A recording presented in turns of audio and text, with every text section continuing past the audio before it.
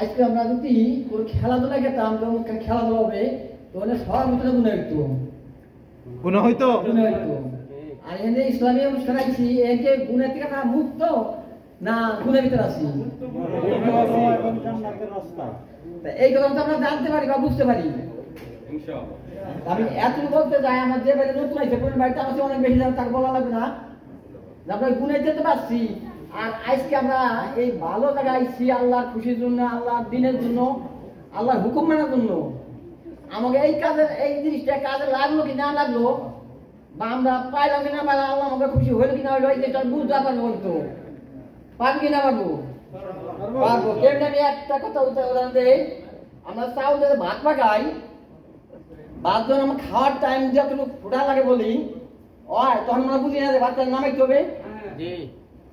তাহলে ইনশাআল্লাহ আমরা এই জিনিসটা বুঝবো, আমরা আল্লাহর ইবাদত করি, ওয়াজ করি, রোজা রাখি, নামাজ পড়ি বা যে কোনো ইবাদত করি, যাকাত দেই, কিন্তু আমরা এটা বুঝতে পারবো কেমনে। অনেকে তো আমার বড় যারা বসে বড় না মানে শিক্ষিত বড় তার কাছে না, তারা নিচে তাক বলছি কেমনে বুঝতে পারবো। আমি ছোট্ট কথা বলি, আজকে আমি সকাল করে ঢুকে আমার কাজে রাখবো, আমি তো ইফতার কাজ করি, তার নিচে যারা ইলেকট্রিশিয়ান তারা বুঝে মোটামুটি কেবল কাটা নিচে আমার চোখ টরকে আমার ভয় আইছে। আমি ইসলামে না আসতাম, এই দিন না শুনতাম, আমার ভয়টা আসতো না, কিছু না চোখটা ধর গেল। তাই বলে যারা অস করবে না তার যদি বলি অস করার পরে বুঝতে হবে তার ওয়াজ আল্লাহ কবুল করছে না করছে কেমনে। অস করার আগে চুরি করবে, ডাকাতি করবে, হারাম খান, হালাল খান, সুদ খান বা ইবাদত করে, যদি ইবাদত করে লোকটা যদি বুঝে আমি আগে থেকে বেশি করতেছি, নিজে বুঝতে হবে ইনশাআল্লাহ আমার ওয়াজ কবুল হয়েছে। আর যে লোকটা চুরি ডাকাতি করে, হারাম হালাল খায়, সুদ ঘুষ খায়, সে যখন ফিরে আসে সেও নিজে বুঝতে হবে যে আল্লাহ আমার ওয়াজ কবুল করছে।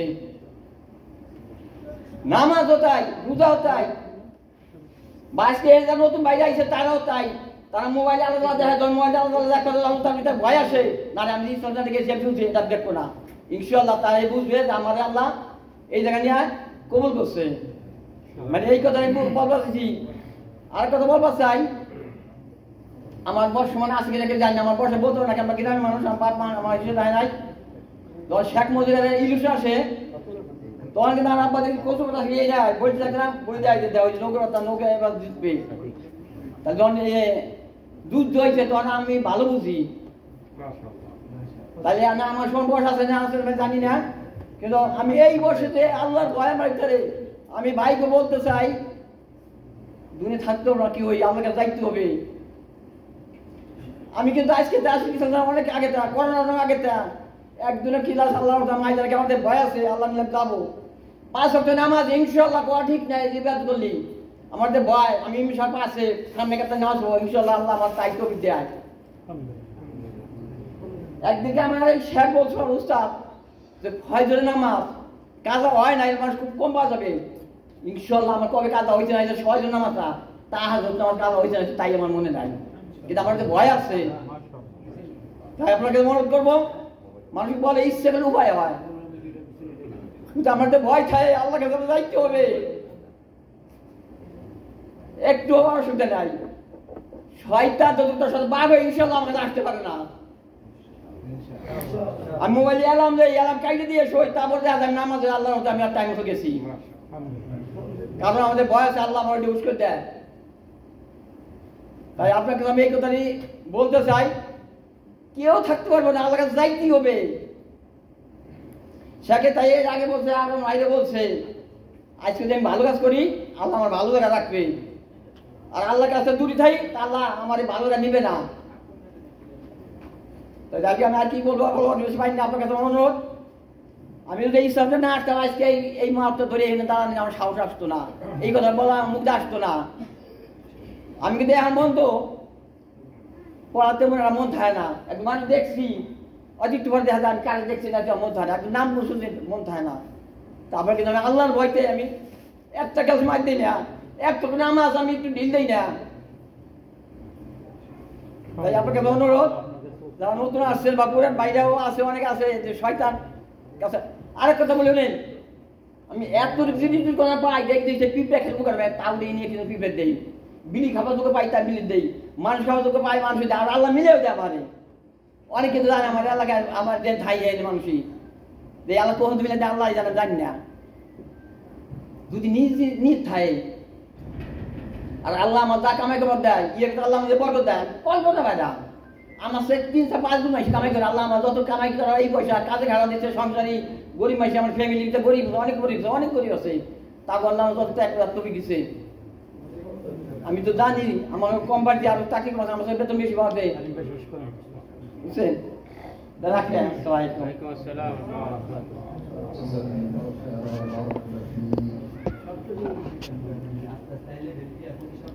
আলহামদুলিল্লাহ।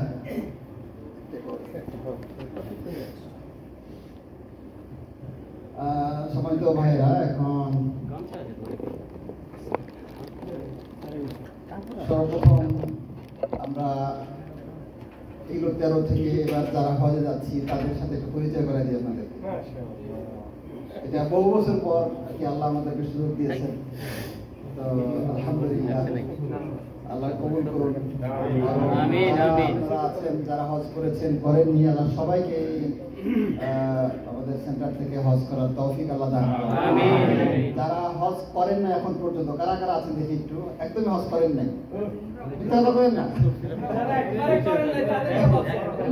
হজ করছেন, যারা হজ করেন নাই, হজ করেন নাই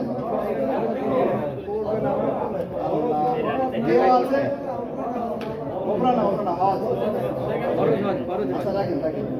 মানে অনেকে আছে যে 20 বছর আগে হজ করছে, এখন ওটা পুরানো হিসেবে বাদ। না না না, এটা না, 20 বছর হোক আর 50 বছর আগে হজ করছেন না, তো ইমান তো আরো আগে আনছেন, তাহলে ওটা বাদ নাকি? যেভাবে হোক আপনি হজ করেছেন, নামাজ পড়েছেন, এগুলো বাদ না, ওগুলো ইনশাআল্লাহ আল্লাহ কবুল করবেন। এখন ভুল হতে পারে মানুষের, এই ভুলগুলোর জন্য আল্লাহর কাছে ক্ষমা চাইতে থাকতে হবে, ঠিক আছে? মানে জীবনে একবারও ভুল করেও হজ করেন নাই কারা দেখি? এতগুলো মানুষ হজ করেন না,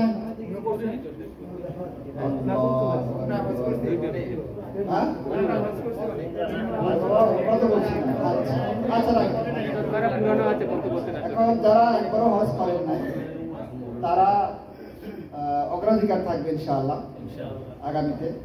আর যারা হজ করেছেন তাদের ভাগ্য যদি ভালো হয়, আল্লাহ যদি কবুল করে নিতে আমার তো সমস্যা নেই ইনশাআল্লাহ। কিন্তু যারা হজ করেন নাই ওরা হক রাখে, তবে 1 বছর কমপক্ষে ক্লাস করতে হবে নিয়মিত।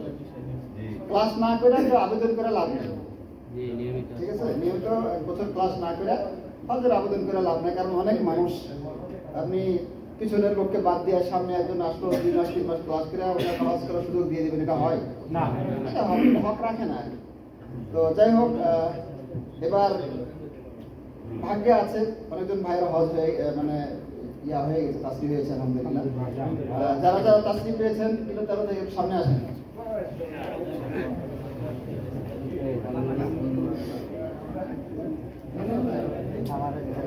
আমার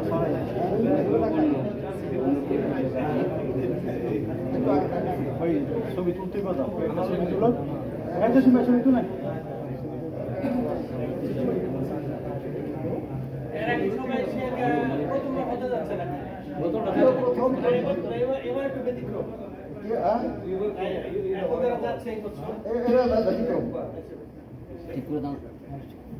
আলহামদুলিল্লাহ আরেকজন আছে, যদিও কিলো 13 থেকে না, শেখ আব্দুল আওয়াল, উনি হয়তো যাচ্ছেন কিন্তু ইউনিভার্সিটির পক্ষ থেকে। উনি আসলে আমাদের সাথে হাজিদের কাতারি তো না। তো আলহামদুলিল্লাহ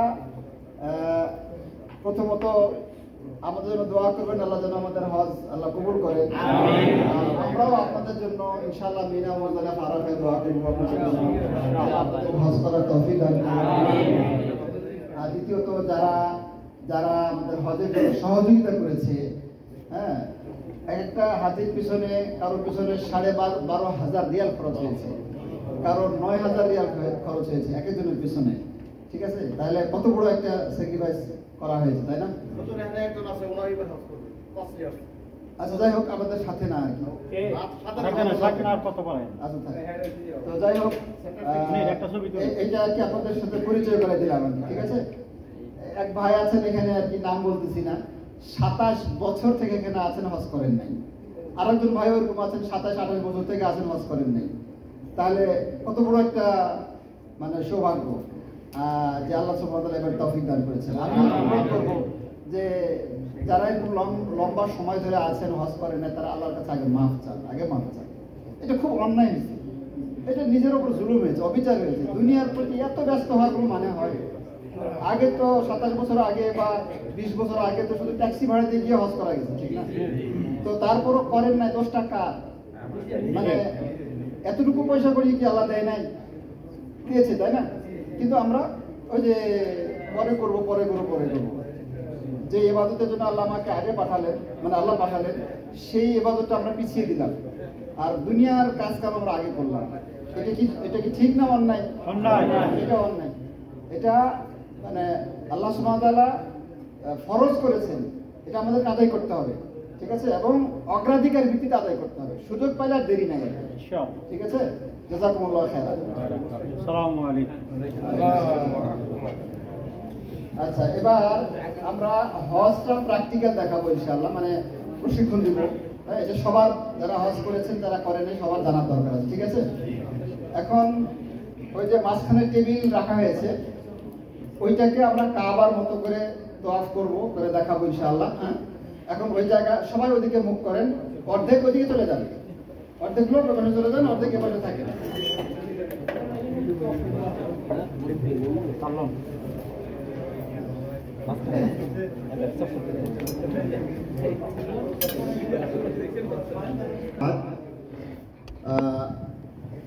হজ সম্পর্কে এই শর্টকাট একটা প্রশিক্ষণ আমরা শুরু করতে যাচ্ছি ইনশাআল্লাহ। সর্বপ্রথম হজ করার বিধান কি? এটা সুন্নত না ফরজ না নফল? হজ জীবনে একবার ফরজ, হজ জীবনে একবার ফরজ, তাও আবার যারা সামর্থ্য রাখে তাদের জন্য, ঠিক না? আচ্ছা আচ্ছা, আমরা শুরু করব। হজ শব্দটার অর্থ কি? গমন করা। হ্যাঁ, গমন, সংকল্প করা, দৃঢ় সংকল্প করা, দৃঢ় সংকল্প করা, এটা হলো শাব্দিক অর্থ। হজ মানে কি? দৃঢ় সংকল্প করা। সংকল্প আর সংকল্প ছাড়া, ঠিক আছে, এই যে আমরা এখানে আসছি, আমরা কি যে ধরেন যে ট্রাক থেকে বা বাস থেকে পড়ে এখানে চলে আসছি নাকি? এটা ইচ্ছে করে আসছি না, এটাকে বলা হয় সংকল্প। এটাকে বলা হয় কি? তো মানে ইচ্ছে করে কোনো একটা কিছু করা, কোনো একটা কিছু করার দৃঢ় একটা ইচ্ছা করা, এটা হজ শব্দের অর্থ। আর কোরআন এবং হাদিসে যে হজের কথা বলা হয়েছে, এই হজ কাকে বলে? হজ বলতে কি বুঝি আমরা? হজ বলতে বুঝি যে নির্দিষ্ট সময়ে নির্দিষ্ট কিছু কাজ করার মাধ্যমে বাইতুল্লাহ এবং মাশআরে হারাম বা মক্কার পবিত্র স্থানসমূহে আল্লাহর ইবাদত করার নাম হলো হজ। তার মানে যখন তখন গেলে হবে না, নির্দিষ্ট সময় আছে, ঠিক না? এখন কি আরাফা থেকে বসে থেকে ঘুরে চলে আসলে হবে? হবে না। আবার যার যার মন মতো করলে হবে নাকি? নির্দিষ্ট কিছু কাজ আছে, নির্দিষ্ট কিছু কাজ আছে, ওই কাজগুলো করতে হবে, ঠিক না? আবার সেই কাজগুলো এখানে করলে হবে? কোথায় করতে হবে? নির্দিষ্ট জায়গায় করতে হবে। তাহলে নির্দিষ্ট সময়ে নির্দিষ্ট কিছু কাজ নির্দিষ্ট জায়গায় কেন করতে হবে? আল্লাহর সন্তুষ্টির জন্য বা ইবাদত হিসেবে করতে হবে। এটাকে বলা হয় হজ। সেই জায়গাটা কোথায়? মক্কা মুকাররমা, বাইতুল্লাহ, যে আরাফা, মিনা, মুজদালিফা, এগুলো হলো সেই নির্দিষ্ট জায়গা। আর নির্দিষ্ট সময় কোনটা? এটা হলো জিলহজের 8 তারিখ থেকে নিয়ে 13 তারিখ পর্যন্ত, এর মধ্যে আর কি, ঠিক আছে? আর নির্দিষ্ট কাজ যেগুলো উমরা করা, তাওয়াফ করা, সাই করা ইত্যাদি ইত্যাদি, যে আরাফা, মিনা, মুজদালিফা আছে, এই নির্দিষ্ট কাজগুলো কিন্তু করতে হবে। তাহলে নির্দিষ্ট সময়ে নির্দিষ্ট কিছু কাজ নির্দিষ্ট জায়গায় আল্লাহর সন্তুষ্টির জন্য বা আল্লাহর ইবাদত করার জন্য করাটাকে, এটাকে কি বলা হয়? হজ বলা হয়। আমরা একটু আগে বললাম যে হজ জীবনে একবার ফরজ, যদি কি থাকে? সামর্থ্য থাকে। হজ সম্পর্কে আল্লাহ সুবহানাহু ওয়া তাআলা সূরা আল ইমরানের 97 নম্বর আয়াতে বলেছেন যে ওয়ালিল্লাহি আলান নাসি হিজ্জুল বাইতি মান ইসতাতা ইলাইহি সাবিলা।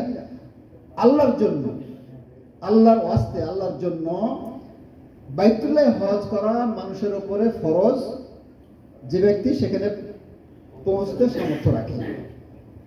তবে কেউ যদি আল্লাহ এই হজকে অস্বীকার করে, তাহলে সে যেন জেনে রাখে যে আল্লাহ সুবহানাহু ওয়া তাআলা সারা জগৎ সমূহ থেকে অমুখাপেক্ষী, মানে কারো কোনো প্রয়োজন আল্লাহ সুবহানাহু ওয়া তাআলার নাই।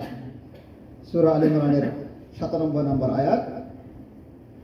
আবার সূরা বাকারার 196 নম্বর আয়াতে আল্লাহ সুবহানাহু ওয়া তাআলা বলছেন যে ওয়াতিমুল হজ্জ ওয়াল উমরাতা লিল্লাহ। হজ এবং উমরা তোমরা আল্লাহর ওয়াস্তে, আল্লাহর জন্য কমপ্লিট করো, পরিপূর্ণভাবে আদায় করো।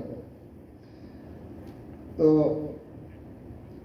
এইভাবে কোরআনে কারীমের মধ্যে হজের আলোচনা হয়েছে এবং হাদিসের মধ্যেও আলোচনা হয়েছে। এখানে যে ওমান কাফারা ফাইন্নাল্লাহা গানিয়্যুন আনিল আলামিন, এই যে সত্য কথাটা বলা হলো, আব্দুল্লাহ বিন আব্বাস রাদিয়াল্লাহু আনহু বলছেন যে এর মানে হলো কেউ যদি হজের ফরজ অস্বীকার করে, মানে হজ ফরজ না এরকম যদি কেউ বলে, স্বীকার দাবি করে, হজের ফরজিও যদি কেউ না মানে, তাহলে সে কাফের হয়ে যাবে। আর সাইদ বিন মুসাইব রাহিমাহুল্লাহ বলেছেন যে ইহুদিরা বলেছিল যে মক্কায় হজ করা আবশ্যক নয়, তাদের প্রতিবাদে এই আয়াতটি নাযিল হয়েছিল। ইমাম সুদ্দি রাহিমাহুল্লাহ তিনি বলছেন যে যে ব্যক্তি হজ করার যা যা দরকার এগুলো সব তার আছে, সামর্থ্য আছে, এগুলো সব সংগ্রহ করতে পেরেছে, তারপরও হজ না করে সে মরে গেল, সে কাফের অবস্থা হয়, সে কাফের অবস্থা। অথচ আমরা হজ না করে 27 বছর থেকে মানে আছি, অপেক্ষায় আছি, হজ করবো। আল্লাহ। আচ্ছা, ওমর ইবনে খাত্তাব দ্বিতীয় খলিফা, তাই না, রাদিয়াল্লাহু তাআলা আনহু, তিনি বলছেন যে মান আতাকাল হজ্জা ফালাম ইয়াহুজ্জা ফাসাওয়াউন আলাইহি মাতা ইহুদিয়ান আও নাসরানিয়ান। যে ব্যক্তি হজ করার সামর্থ্য অর্জন করতে পারলো কিন্তু হজ না করে সে মরে গেল, সে ইহুদি হয়ে মরুক অথবা খ্রিস্টান হয়ে মরুক, তাতে কিচ্ছু যায় আসে না, একই কথা। ফাসাওয়াউন আলাইহি, সাওয়া সাওয়া, মানে ইহুদি খ্রিস্টান হয়ে যেভাবে মরুক না কেন তাতে কিছু যায় আসে না। রাসূলুল্লাহ সাল্লাল্লাহু আলাইহি ওয়াসাল্লাম বলছেন যে ইয়া আইয়ুহান নাস কাদ ফারাদাল্লাহু আলাইকুম আল হজ্জা ফাহুজ্জু। হে মানুষ, আল্লাহ মানুষের উপরে হজ ফরজ করেছেন, সুতরাং তোমরা কি করো? হজ আদায় করো। এক সাহাবী বলছে ইয়া রাসূলুল্লাহ প্রত্যেক বছর? রাসূল সাল্লাল্লাহু আলাইহি ওয়াসাল্লাম উত্তর দিলেন না। যদি বলতে চান হ্যাঁ, তাহলে প্রত্যেক বছর হজ ফরজ হয়ে যেত। অপর একটা হাদিসে রাসূলুল্লাহ সাল্লাল্লাহু আলাইহি ওয়াসাল্লাম বলছেন যে মান হাজ্জা ফালাম ইয়ারফুস ওয়া লাম ইয়াফসুক রাজা'a কায়াউমিন ওয়ালাদাতহু উম্মু। বুখারী মুসলিমের হাদিস।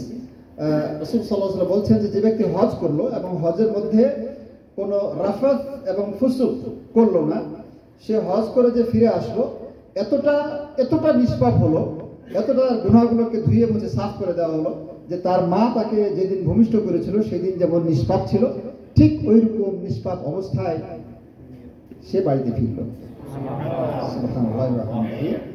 এখানে রাফাস এবং ফুসুকের কথা বলা হলো। রাফাস মানে কি? স্ত্রী মিলন করা। এবং স্ত্রী মিলন তো হুটহাট করে হয় না, দীর্ঘ সময় মানুষ থাকতে থাকতে হয়তো বা একটা আগ্রহ তৈরি হয়। তো স্ত্রী মিলনের আগে যে সমস্ত কার্যকলাপ কথাবার্তা মানুষ বলে ওইগুলোও করা যাবে না। স্ত্রী মিলন তো করা যাবেই না। স্ত্রী মিলন সংক্রান্ত যে আচরণ, কথাবার্তা, খেলাধুলা, সেগুলোও করা যাবে না হজের ময়দানে, হজ করতে গিয়ে। ঠিক আছে, এটাকে বলা হয় রাফাস। আচ্ছা, ইমাম আতা রাহিমাহুল্লাহ বলছেন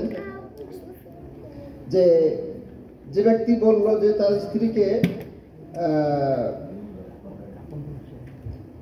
স্ত্রীকে বলল যে হালাল হওয়ার পরে আমরা মিলন করব। স্ত্রীও এহরাম অবস্থায় আছে, সেও কি আছে এহরাম অবস্থায় এই গল্পটা করল যে আমরা হালাল হলে আমরা স্ত্রী মিলন করব। বলছেন এটা বললো না, এটাই হলো রাফাস। এটাও করা যাবে না হজের মধ্যে, এই ধরনের বাক্য বলা যাবে না। তারপরে ইবনে আব্বাস রাহিমাহুল্লাহ বলছেন যে আল্লাহ রাসূল সাল্লাল্লাহু আলাইহি ওয়াসাল্লাম যে ফুসুক করতে নিষেধ করলেন, ফুসুক মানে হলো আল্লাহর অবাধ্যতামূলক যে কোনো কথা কাজ, অবাধ্যতা হয় এমন যে কোনো কথা কাজ হলো মানে ফুসুক। আর রাফাস যেটা বলা হলো, এখন আগে বললাম যে স্ত্রী মিলন সংক্রান্ত আলাপ আলোচনা, তিনি বলছেন যে রাফাস হলো আল ফুহশ ওয়াল কওলুল কাবিহ, মানে হলো অশ্লীল কথাবার্তা এবং বিশ্রী খারাপ কথাবার্তা, গালিগালাজ হতে পারে, হ্যাঁ, এগুলো বলা। আর ইমাম নববী রাহিমাহুল্লাহ বলছেন যে এই যে রাফাস আল্লাহ নিষেধ করলেন, তার মানে হলো যে অপ্রয়োজনীয় কথা বা কাজ বলাটাই হলো রাফাস। তাহলে এবার কই যাবে, মানে অপ্রয়োজনীয় কথাটাও বলা যাবে না, যেটা না বললেও চলতো, না বললেও কোনো অসুবিধা হবে না আপনার, বলেও কোনো সওয়াব নাই, ওই কথাটাও বলা যাবে না। যদি কেউ বলে তাহলে সে হজের ওই সওয়াবটা সে হারিয়ে ফেললো। কোনটা? ওই যে নিষ্পাপ হওয়া, ওই সওয়াবটা সে হারিয়ে ফেললো। কেন হারিয়ে ফেললো জানেন? যে কথাটা না বললেও চলতো সেটা বলে ফেলেছে। যেটা বললে কোনো সওয়াব নাই, না বললে কোনো গুনাহ নাই, মানে অপ্রয়োজনীয়, এক কথায় ওটার মধ্যে কোনো কল্যাণ নাই, না বললেও চলতো, অপ্রয়োজনীয় কথা, মানে ফালতু কথা, প্রয়োজনহীন কথা, ওই কথাটাও বলা যাবে না। ওই কাজ, যে কাজটা না করলেও চলতো, ওই কাজটা যে ব্যক্তি করে ফেলবে হজের মধ্যে, সে ওই সওয়াব থেকে বঞ্চিত হয়ে যাবে। তাহলে অহেতুক কোনো কথা, অহেতুক কোনো কাজ, হ্যাঁ, প্রয়োজনীয় কথা সেটা ঠিক আছে। এইবার তাহলে এই হাদিস কি বোঝাচ্ছে? হজটা কি জিনিস, কেমন ভাবে হজ করতে হবে? হজ করতে গিয়া স্ত্রী মিলন তো দূরের কথা, স্ত্রী মিলন সংক্রান্ত কোনো কথা বলা যাবে না। স্ত্রী তো হালাল, তাই না?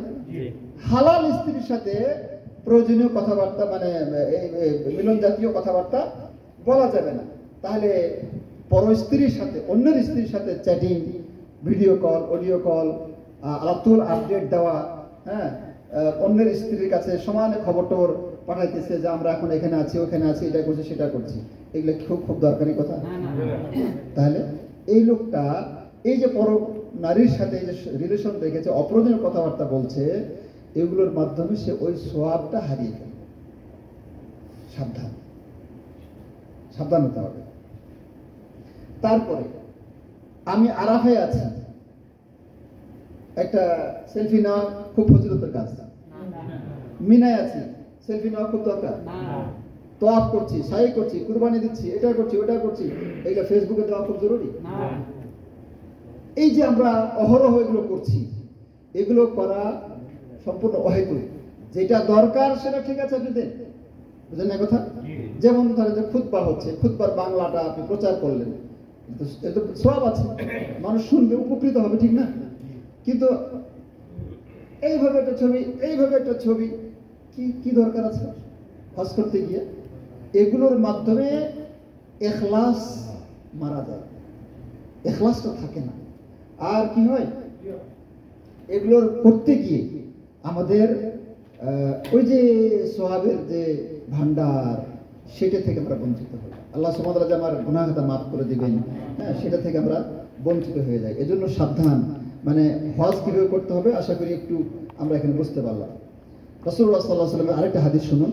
রাসূল সাল্লাল্লাহু আলাইহি ওয়াসাল্লাম বলছে যে আল উমরাতু ইলাল উমরাতি কাফারাতুন লিমা বাইনাহুমা ওয়াল হাজ্জুল মাবরুর লাইসা লাহুল জাযাউ ইল্লাল জান্নাহ, লাইসা লাহু জাযাউ ইল্লাল জান্নাহ।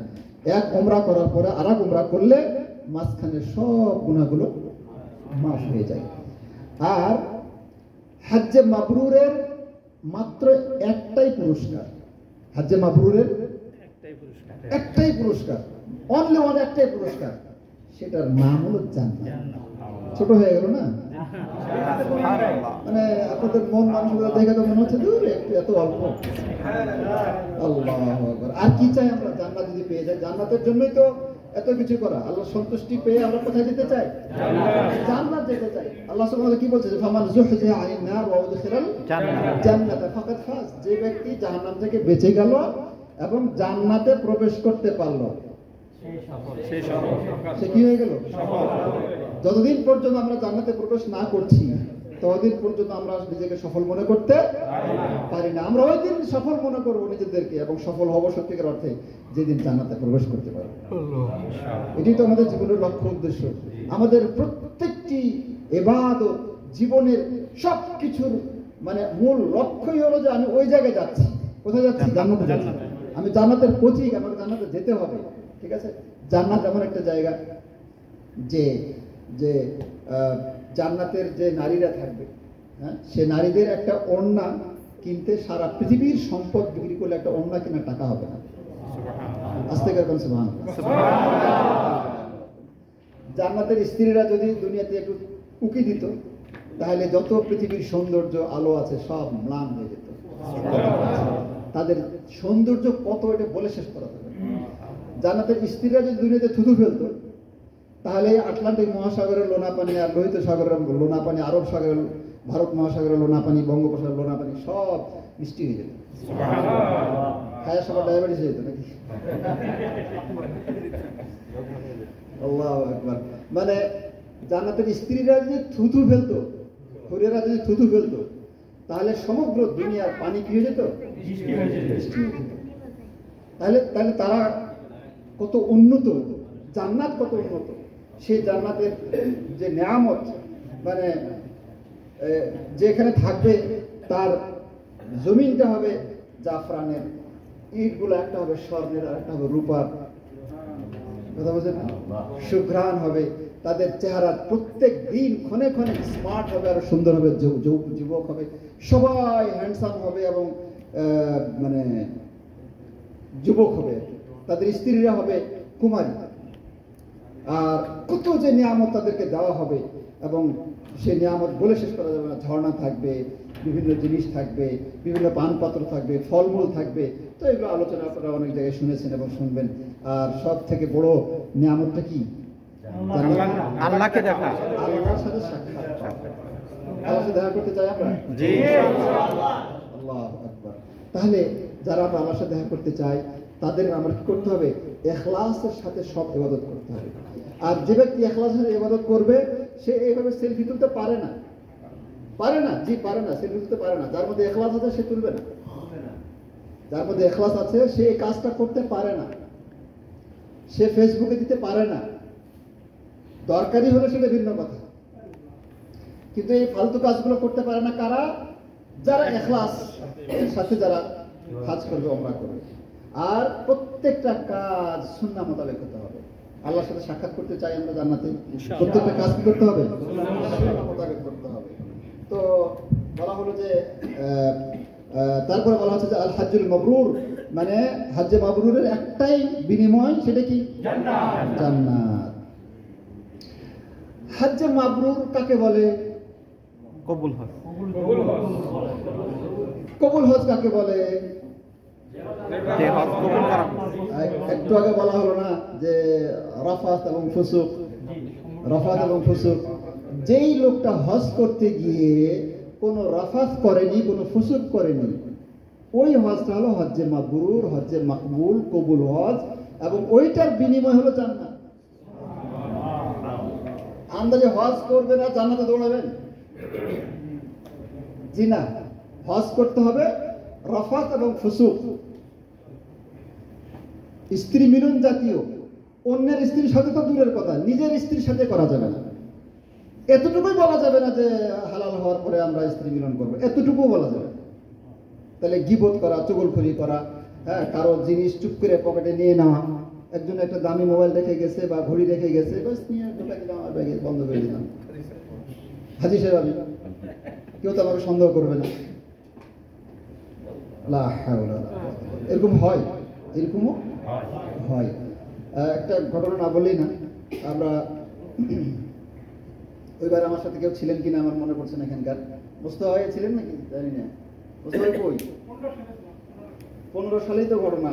সাইফুদ্দিন বেলাল ছিল, তারপরে আরো অনেক শাইখ মাশাইখ ছিল আর কি আমাদের সাথে। হ্যাঁ, অনেক ছিল। তো সেখানে একটা ঘটনা ঘটলো যে বাঙালি তাঁবুতে আমাদের একজনের ভাইয়ের ব্যাগ থেকে প্রায় মনে হয় যে 2500 রিয়াল বা 2000 রিয়াল মতো চুরি হয়ে গেল মিনাতে। আর পরের দিন আরেকটা ঘটনা ঘটলো, সেটা হলো একজন নতুন মুসলিম গোসল করতে গিয়ে মানি ব্যাগ ভরা টাকা কোড়াই পেল কোথায়? ওয়াশরুমে। মানি ব্যাগ ভরা, খুলে দেখে আরে টাকাতে ভর্তি, প্রায় 8 থেকে 10,000 রিয়াল আর কি। সে অনেকক্ষণ অপেক্ষা করে, মালিক নাই। এখন কি করা দরকার?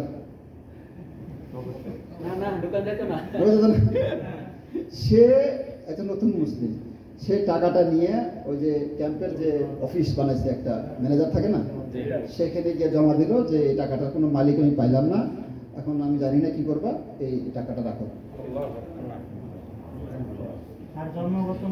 কথাটা বুঝছেন? কথাটা বুঝতে পারছেন?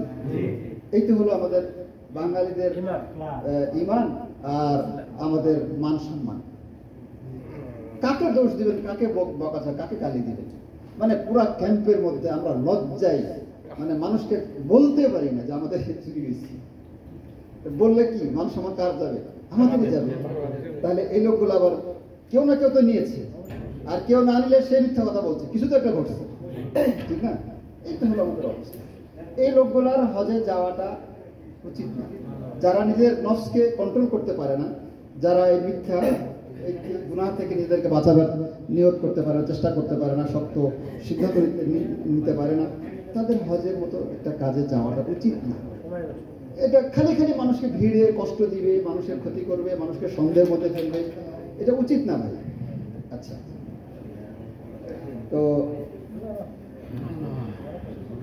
তো হজ্জে মাবরুর, হজ্জে মাবরুরের বিনিময় কি? জান্নাত। হজ্জে মাবরুরের বিনিময় কি? জান্নাত। এই পাশ থেকে একজন বলবেন হজ্জে মাবরুর বলতে কি বোঝেন? এটা কোনো কথা? হজ্জে মাবরুর এই তো পাশ থেকে, পাশ থেকে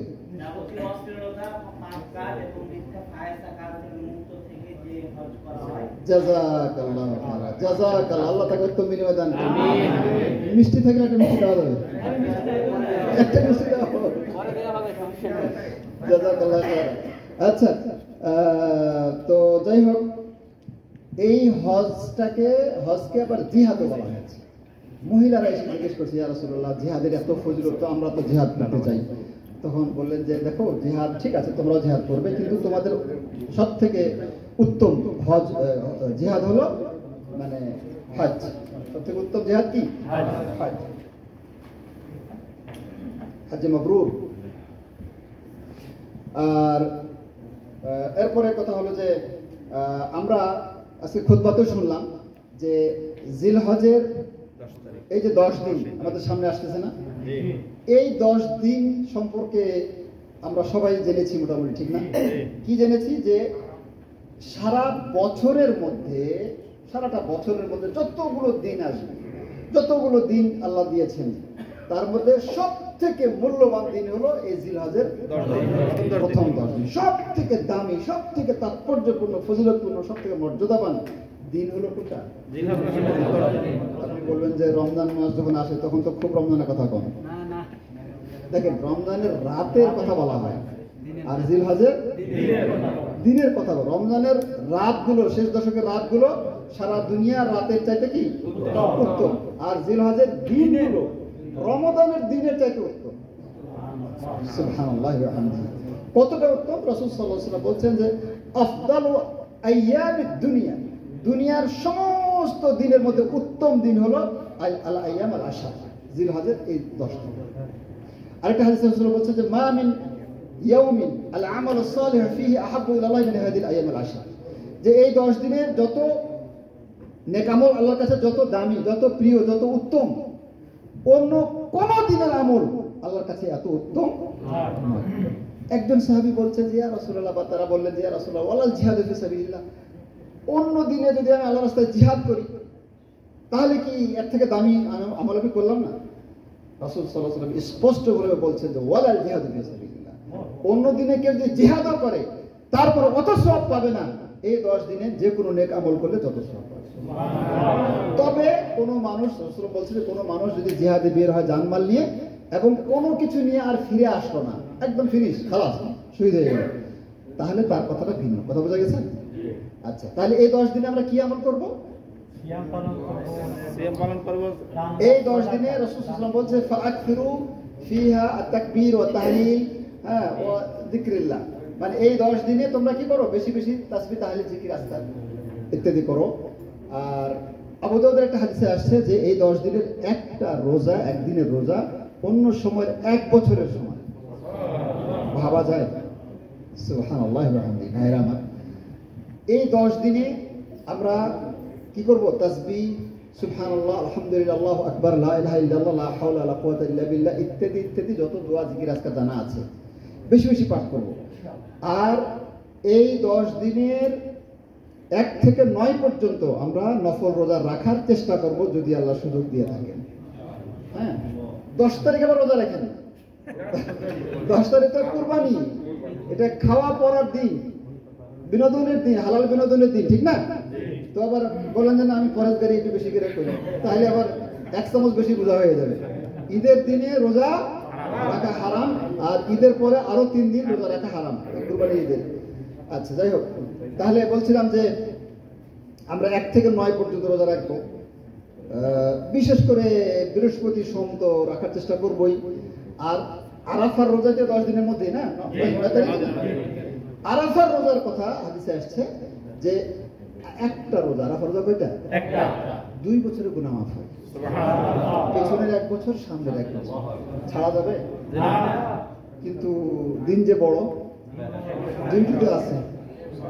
দেখেন, না খেয়ে মরবে না ইনশাআল্লাহ, জাস্ট একটু কষ্ট হবে, কিন্তু ইনশাআল্লাহ মারা যাবে না। মনোবল যদি শক্ত থাকে না তাহলে কিচ্ছু হবে না ইনশাআল্লাহ। নিয়ত করে নেন যে আমি রোজা রাখবো, কারণ কোম্পানি তো আপনাকে বলবে না যে ঠিক আছে তোমাকে রোজা রাখার সুযোগ দিলাম, তুমি রোজা রাখো, ডিউটি করা লাগবে না, বেতন তোমাকে দিব, এটা বলবে? ওরা ডিউটি তো করাই নিবেই। তো তারপরে তাহলে রোজা কবে করবো আমরা? এই দিনটা তো আর আসবে না আমাদের, মানে সারা বছরের মধ্যে পরের বছর পাবো কি পাবো না আমরা জানি না, তাই না? তো এই জন্য ডিউটিও করবো, আমরা রোজাও রাখবো ইনশাআল্লাহ। এটা আবার যারা আরাফায় থাকবে তাদের জন্য না, যারা বাইরে থাকবে তাদের জন্য। আর যখন এই জিলহজের 10 দিন শুরু হবে, রাসূলুল্লাহ সাল্লাল্লাহু আলাইহি ওয়াসাল্লাম বলছেন যে যখন জিলহজের 10 দিন শুরু হবে আর তোমাদের কেউ যদি কুরবানি করতে চায় তাহলে নখ, চুল কোনো কিছু যেন আর না কাটে, কুরবানি করা করতে হবে। কুরবানি করে তারপরে কাটতে হবে, ঠিক আছে? এই জন্য অনেকে কি করে যে চাঁদ উঠতেছে, চাঁদ উঠার আগে তো নখ কাটতেছে, মোজ কাটতেছে, দাড়ি ওসব করে হচ্ছে। এটা কি হলো? এটা সওয়াব হলো না গুনাহ হবে? তো সুন্নত নিয়ে খেলা করা হলো না, সুন্নত নিয়ে উপহাস করা হলো, এটা করা যাবে না। তো নখ, চুল, হ্যাঁ, তারপরে মোজ ইত্যাদি ইত্যাদি যা আছে এগুলো চাঁদ ওঠার আগে যারা কুরবানি করবে তারা, বাড়ির সবার জন্য না, কিন্তু যিনি কুরবানি দিবেন, কুরবানির মালিক যিনি, তার জন্য এই বিধান, ঠিক আছে? কথা বোঝা গেছে? আচ্ছা, তো এই হলো এই প্রথম 10 দিনের ফজিলত। এর মধ্যে আরাফাও আছে। আর আরাফা সম্পর্কে রাসূল সাল্লাল্লাহু আলাইহি ওয়াসাল্লামের একটা হাদিস যে আরাফার দিনে আল্লাহ সুবহানাহু ওয়া তাআলা এত অধিক সংখ্যক মানুষকে ক্ষমা করেন যে অন্য কোনো দিনই এত অধিক সংখ্যক মানুষকে ক্ষমা করেন না। কি বোঝা গেল? সব থেকে বেশি সংখ্যক মানুষকে আল্লাহ ক্ষমা করেন কোন দিনে? আল্লাহ এটা বলেন না যে আরাফার মানুষকেই ক্ষমা করে, এটা কিন্তু বলা হয় না, আরাফার বাইরেও হতে পারে। এই জন্য আমরা আগে থেকে সতর্ক হব এবং ওই ক্ষমাটা পাওয়ার চেষ্টা করবো। কথা বোঝা গেছে?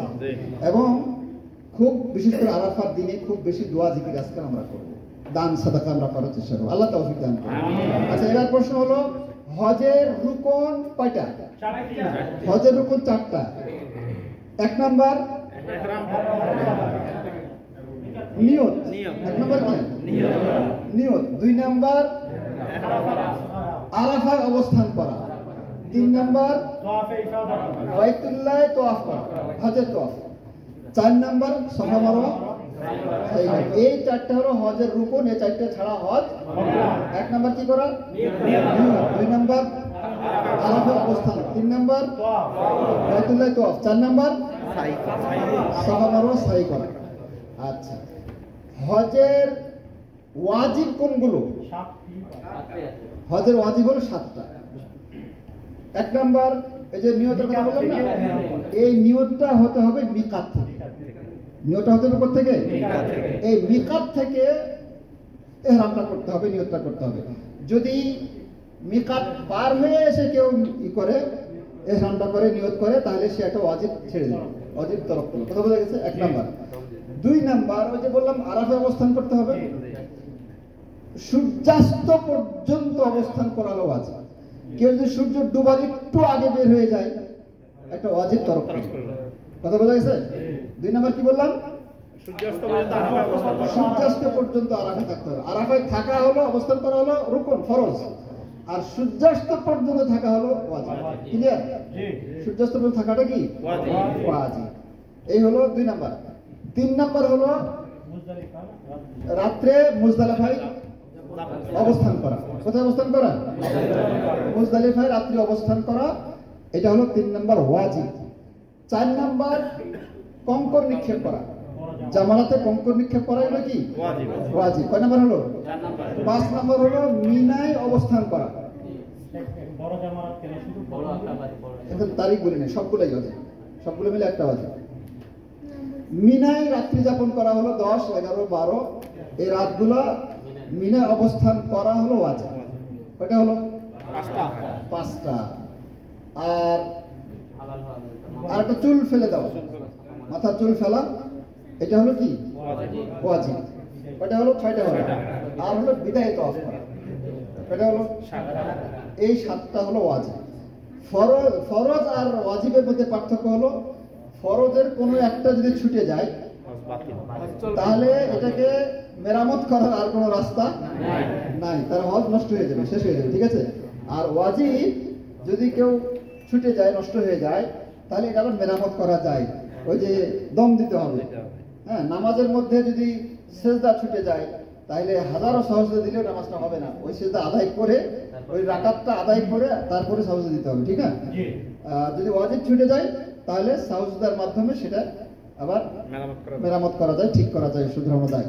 ঠিক হজেরও যেটা ওয়াজিব যেগুলো বললাম, এগুলো যদি কেউ কারো ছুটে যায়, তাহলে কি করতে হবে? ওই দম দেওয়ার মাধ্যমে সেটা শুধরানো এই ব্যবস্থা আছে। এগুলো হলো ওয়াজিব। বাকি আর যা আছে এগুলো হলো সব সুন্নাহ। আচ্ছা, এবার আমরা বলছিলাম যে নিয়ত করতে হবে। এটা হলো কি? রুকন। নিয়ত কোথায় করবো? না, মানে কোন জায়গা থেকে? নামাজ যখন শুরু করবো তখন কাতারে দাঁড়িয়ে তারপর তখন নিয়ত করবো, ঠিক না? নাকি মসজিদ থেকে নিয়ত শুরু করে দিলাম? আগে থেকে নিয়ত হবে, সমস্যা নাই, কিন্তু নামাজের নিয়ত আল্লাহু আকবারের সাথে। ঠিক আছে? ঠিক হজের নিয়ত শুরু হবে মিকাত থেকে। ঠিক আছে? আচ্ছা, মিকাত কয়টা? 5টা। মদিনা থেকে আসতে একটা মিকাত পড়ে, কি নাম বলেন? জুলহুলাইফা বা বীর আলী, ঠিক না? তাইফ একটা আছে, এটা কি বলে? আস-সাইলুল কাবীর, অথবা আরেকটা নাম আছে কি?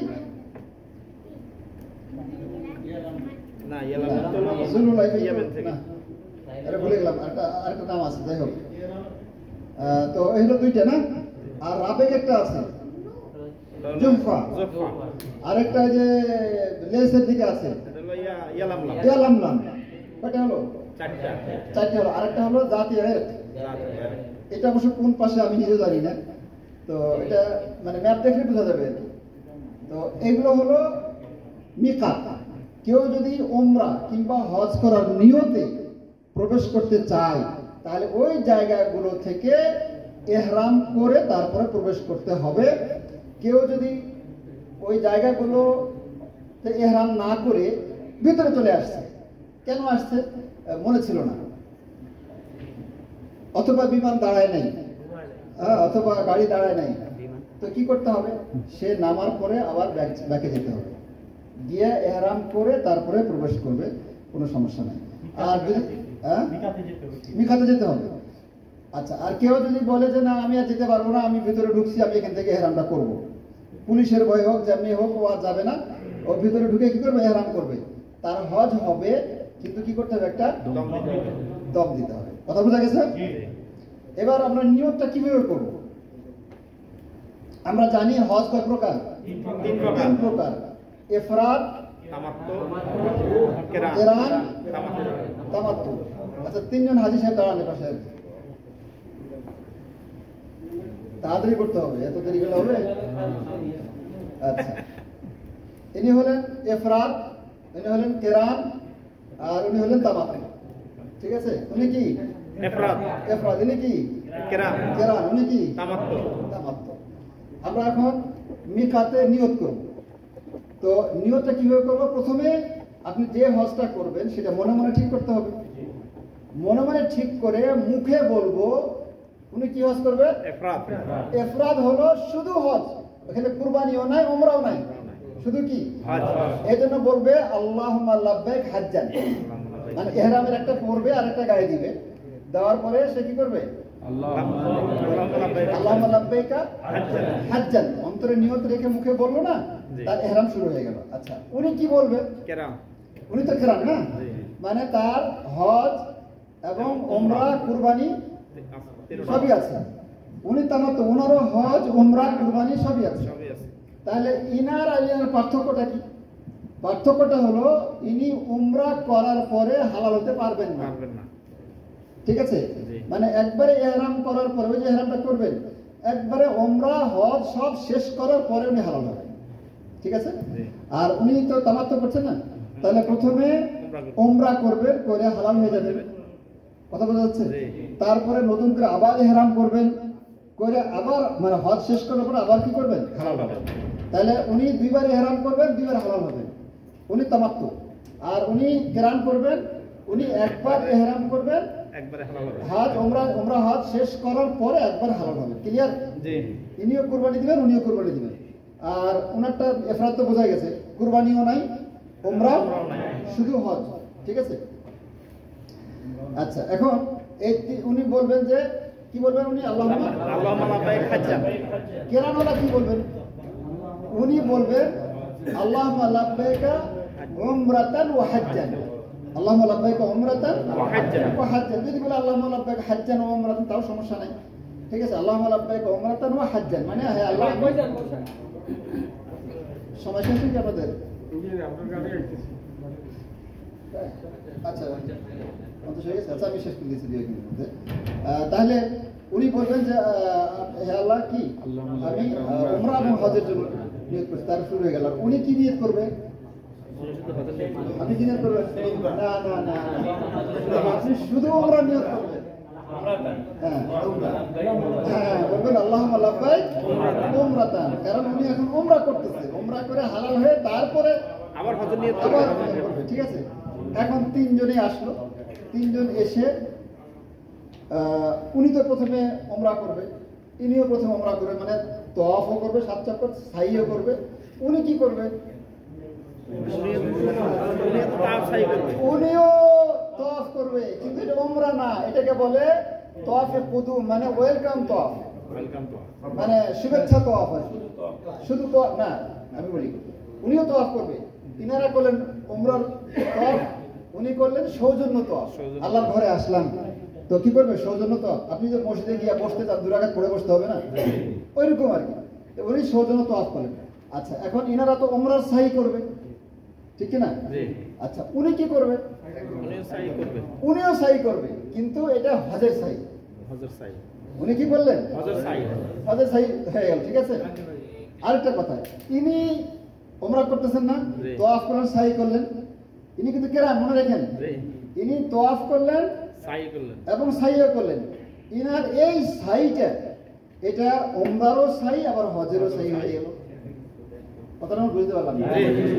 উনি কেরাম করবে, ওনার এই সাইটা ওমরারও সাই আবার হজরও সাই। হজেরও সাই। আচ্ছা, উনি তোয়াফ করলেন, সাই করলেন, সাইটা কিন্তু হজের হয়ে গেল, আর পরে আর হজের সাই আর করা লাগবে না, ঠিক আছে। আচ্ছা, এখন উনি কিন্তু আর হালাল হতে পারবে না, কারণ এখন তিনিও কিন্তু আর হালাল হতে পারবে না। এখন ইনি তোয়াফ করলেন, এটা ওমরা তোয়াফ, সাই করলেন, এটা ওমরার সাই। সাই করার পরে উনি এখন কি হয়ে যাবেন? হালাল হয়ে যাবেন। হালাল হয়ে যাবে। এবং নরমাল পোশাক যদি পরতে চান পরতে পারবেন, ফুল হালাল আর কি, ঠিক আছে, সবকিছু হালাল। এইভাবে থাকতে থাকতে 8 তারিখ যখন হলো, চাঁদের 8 তারিখ, চাঁদের 8 তারিখ যখন হবে, তখন যে যেখানে আছে, উনার তো এহরাম অবস্থায় আছে, উনিও এহরাম অবস্থায় আছে। এখন ইনি যারা তামাত্তু করে তারা তো নরমাল পোশাকে আছে। এখন মক্কায়, হোটেলে, গাড়িতে, বাড়িতে, যে যেখানে আছে, 8 তারিখে সবাই এহরাম করে, ঠিক আছে, মিনা চলে যাবে।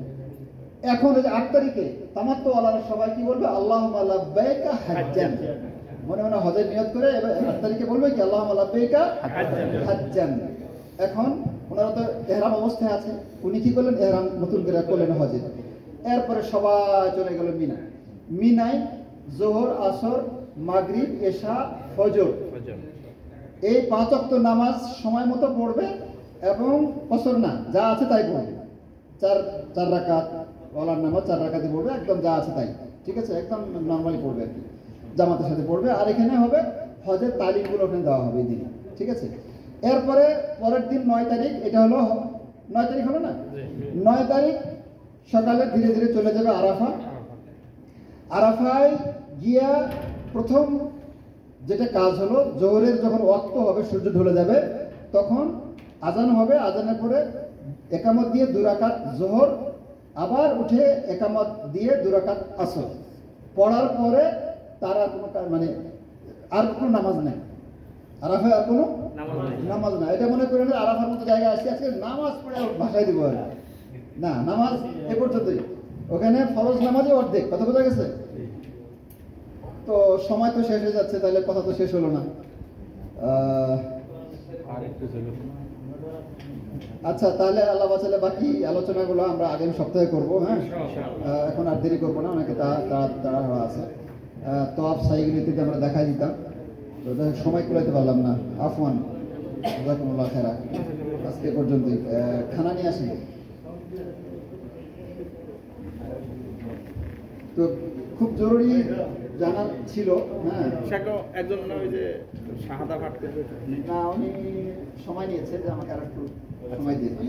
সে ওই তামাত্তু যিনি ওই দ্বিতীয়বার হজের নিয়ত করবে, ওনাকে কি ওই মেকাতে যাওয়া লাগবে? না না না, যে যেখানে আছে সেখান থেকে, গাড়িতে, বাড়িতে, যে যে হোটেলে যেখানে আছে এরামটা পরে নেবে, শুধু এরাম করে নিয়ত করে, যে যেখানে থাকে।